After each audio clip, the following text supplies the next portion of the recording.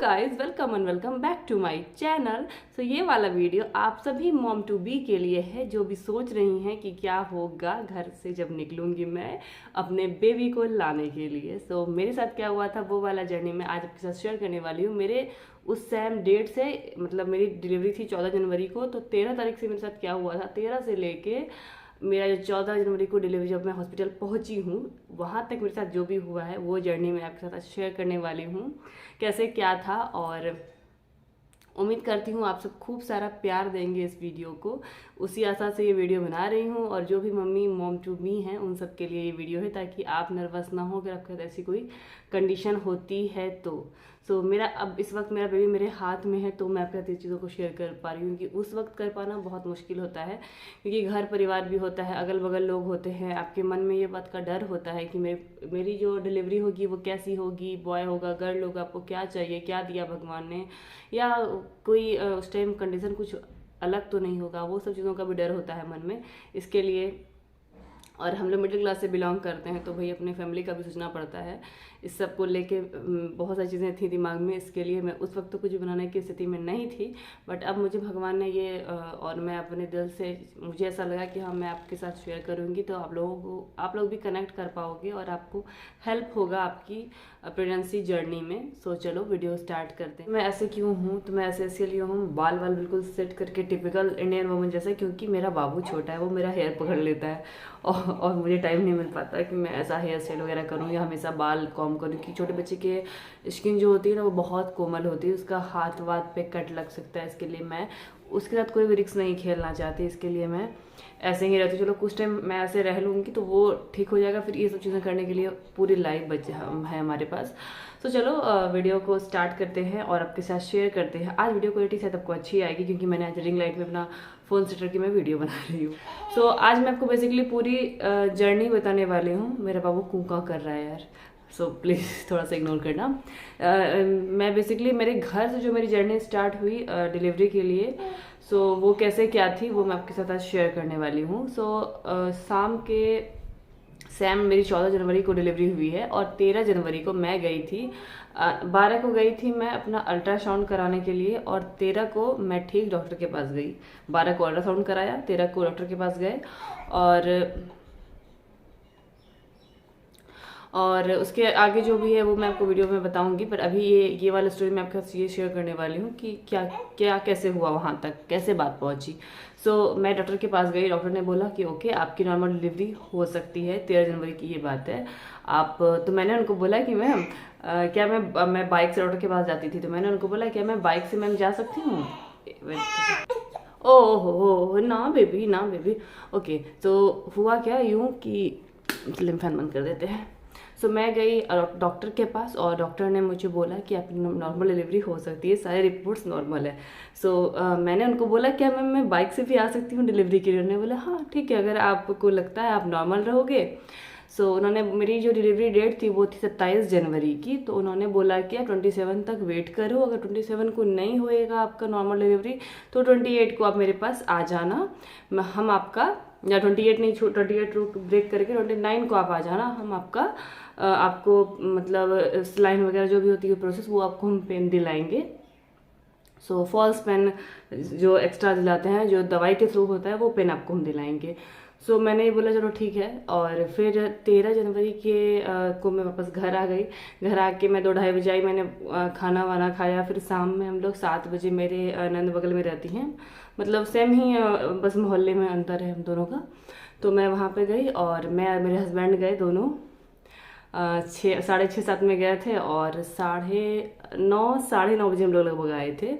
और फिर घर आके मैं आटा वगैरह गूंद के गई थी, वहाँ से आके आने के बाद मैंने रोटी बनाया और सबको खाने को दिया, खुद भी खाया, और मैंने खाया था दूध रोटी गुड़। जनवरी था और हम लोगों ने लड़वा वगैरह जो भी होता है हमारे घर उसको लड़वा बोलते हैं, चूड़ा का जो भी बनता है, चूड़ा का, भूजा का, ये सब चीज़ों का, मूरी का, वो बन गया था। पर तिल और चावल का हम सब ने बोला था कि तुम अभी मत खाना, वो हम लोग 14 को बनाएंगे, इस बार 15 जनवरी को मकर संक्रांति थी।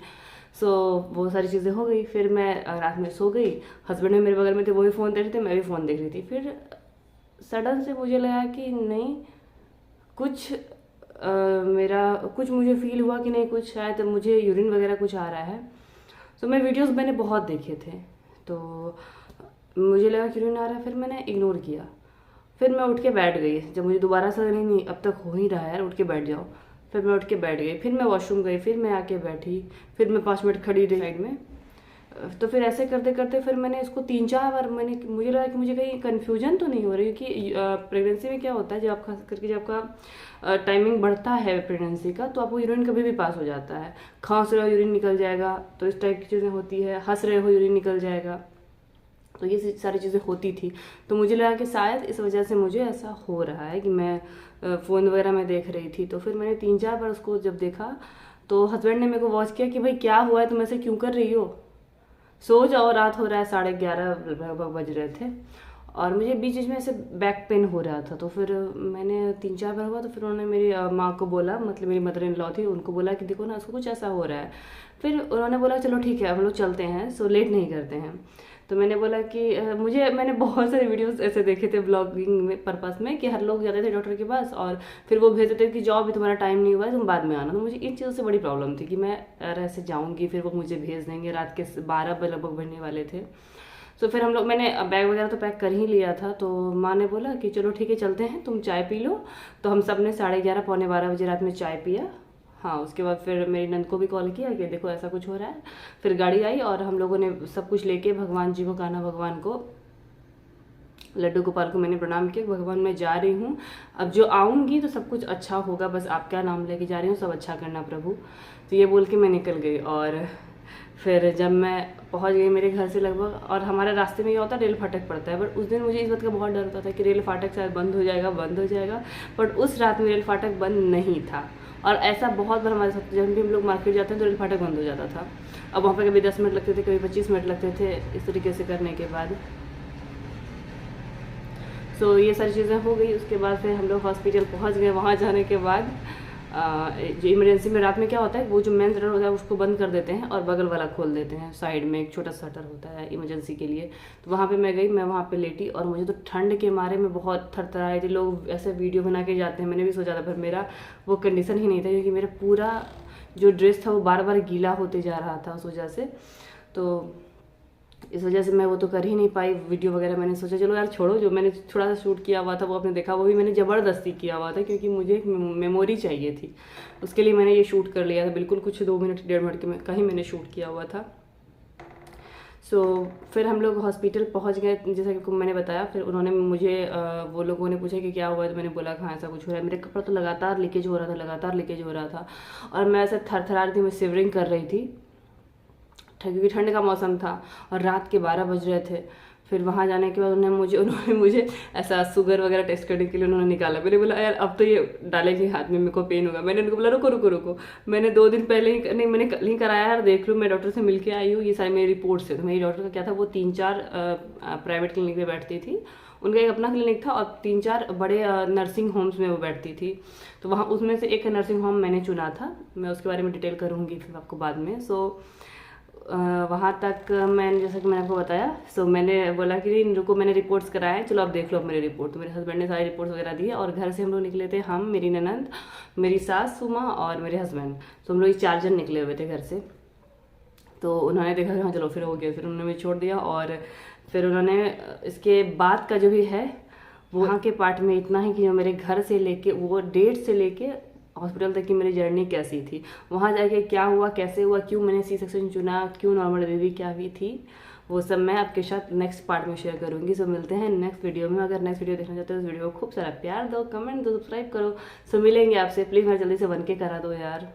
मेरा भी दिल में तमन्ना है मैं भी आप लोगों से जुड़ी रहूँ, कनेक्ट रहूँ, ताकि मुझे भी थोड़ा ऐसे दिल से तसल्ली हो। सो चलो मिलते हैं नेक्स्ट वीडियो में। बेबी मेरा गोद पे है, पर फिर भी देखो फिर भी मैं वीडियो बना रही हूँ आप लोगों के साथ जुड़ने के लिए, कनेक्ट रहने के लिए। सो चलो ये वाला वीडियो मैं अपलोड कर दूँगी। आज मैंने एक वीडियो अपलोड किया है आज नाइट में, फिर ये कल मॉर्निंग में अपलोड करूँगी। सो खूब सारा प्यार देना। मिलते हैं अगले पार्ट में। Bye bye.